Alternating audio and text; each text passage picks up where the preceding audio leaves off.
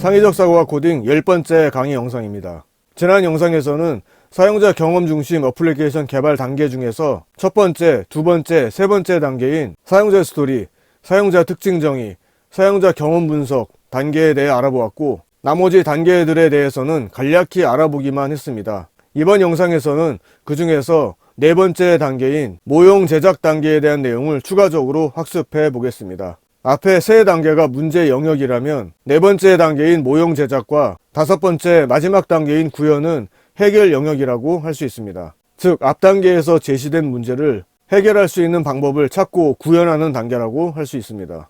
이 해결 영역 중에서 이번 영상에서는 모형 제작 방법을 학습하고 정보 구조 설계, 메뉴 구조도, 화면 흐름도, 화면 모형 제작에 대해 알아보겠습니다. 먼저 정보 구조 설계에 대해 알아보겠습니다. 정보 구조 설계는 인포메이션 아키텍처라고 합니다. 즉, 다양하고 복잡한 정보들을 사용자 경험을 고려하여 분류하고 구조화하는 작업을 말합니다.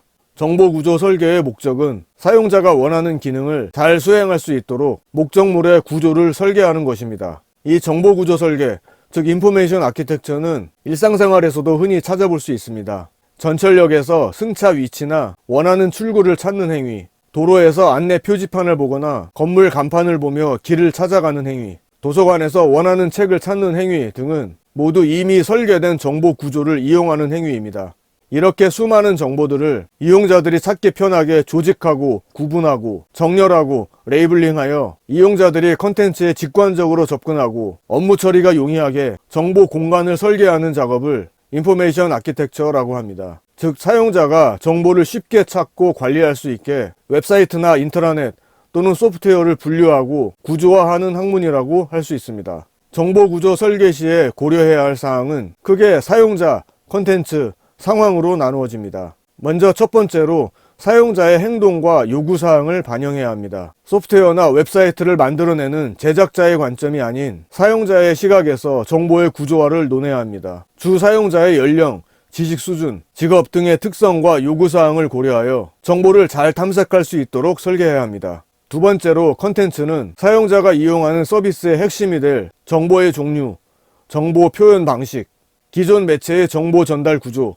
노출하는 양의 정도를 고려하여 설계해야 합니다. 사용자나 서비스의 종류에 따라서 대량의 정보를 한꺼번에 보여주는 방식도 있고, 작은 정보로 나누어서 제공하는 방법도 있겠습니다. 또 나누어서 제공하는 방법도 순차적으로 제시할지, 컨텐츠의 내용에 따라 메뉴를 구성하여 임의로 접근하도록 할지 등을 고민해야 합니다. 그리고 그러한 컨텐츠들이 어떤 주기로 업데이트되는지, 컨텐츠의 소유권은 누구에게 있는지, 컨텐츠 정보를 포괄하는 메타데이터는 어떤 범위로 규정할 것인지 등을 추가로 정의해야 합니다. 세 번째 고려사항인 상황은 사용자가 서비스를 사용하는 상황, 컨텍스트를 말합니다. 즉, 비즈니스 모델, 사업 목적, 가치관, 정치나 문화 트렌드, 자금, 제약 조건 등을 고려하여 설계합니다.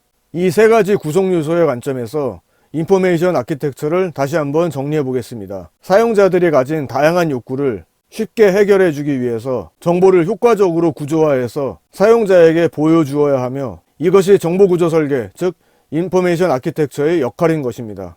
이러한 인포메이션 아키텍처의 작업을 위해서는 다양한 분야의 배경 지식을 갖추고 있어야 합니다. 즉, 그래픽 디자인이나 인터랙션 디자인을 중심으로 하여 소프트웨어 공학, 지식관리, 유용성 공학, 문헌정보학, HCI, 조직행동론이나 마케팅, 인지심리학 등 다양한 분야의 인접 학문을 배경으로 합니다.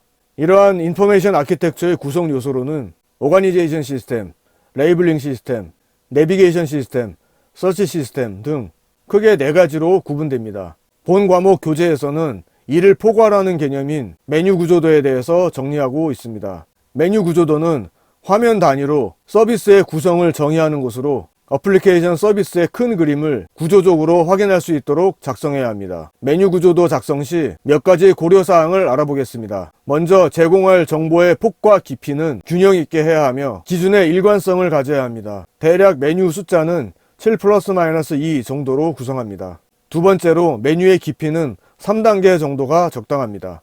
세 번째로 서비스의 향후 발전 방향을 고려하여 기능이나 메뉴 추가, 삭제 시에도 사용자가 익숙한 환경을 유지할 수 있도록 해야 합니다. 네 번째로 설계는 일관된 기준을 가져야 하므로 같은 정보나 기능에 대해서는 직관적이며 동일한 메타포, 레이블을 사용합니다. 메뉴 구조도의 종류로는 계층 구조, 계열 구조, 그리드 구조, 네트워크 구조 등이 있습니다. 이 중 우리가 가장 많이 이용하게 되는 구조는 계층 구조입니다. 계층 구조는 상위 메뉴를 선택하면 하위 메뉴로 이동하는 내비게이션을 제공하는 방식으로 계층적으로 연결되어 있어 논리적 관계를 유지할 수 있는 방식입니다. 나머지 구조의 특징들은 교재를 통해 학습하시기 바랍니다. 다음으로 화면 흐름도입니다. 화면 흐름도는 정보 구조 설계를 통해 사용자가 원하는 어플리케이션 서비스의 전체 설계도를 확인할 수 있습니다. 서비스가 어떤 흐름으로 전개되는지 설계하며 플로우 차트 기법을 활용하여 보여주게 됩니다. 화면 흐름도를 기반으로 하여 각 화면별로 어떤 메뉴와 기능들을 제공하는지 좀 더 구체적으로 표현하는 것을 화면 모형이라고 합니다. 화면 모형에는 화면 이름, 화면 구성, 항목에 대한 설명, 기능 정의, 구동 방식 등을 기술합니다. 보통 파워포인트로 작업하는 경우가 많지만 화면 모형 제작을 전문으로 지원해주는 도구를 이용하기도 합니다. 주의해야 할 점은 화면 모형은 마지막 단계에서 구현할 어플리케이션의 모형이기 때문에 주요 컴포넌트가 빠지지 않고 배치되어야 한다는 점입니다. 물론 완성된 결과물이 아니기 때문에 언제든지 피드백하여 수정 보완할 수 있는 유연성도 갖추고 있어야 하겠습니다. 이상으로 이번 영상에서는 사용자 경험 중심 어플리케이션 디자인 네 번째 단계인 모형 제작에 대해서 알아보았습니다. 지금까지 학습한 인포메이션 아키텍처에 관련한 내용은 피터 모빌과 루이스 로젠펠드가 쓴 인포메이션 아키텍처를 보시면 좀 더 자세한 내용을 참고하여 학습하실 수 있습니다. 끝까지 시청해 주셔서 감사합니다. 내용이 도움되셨다면 구독과 좋아요 부탁드립니다.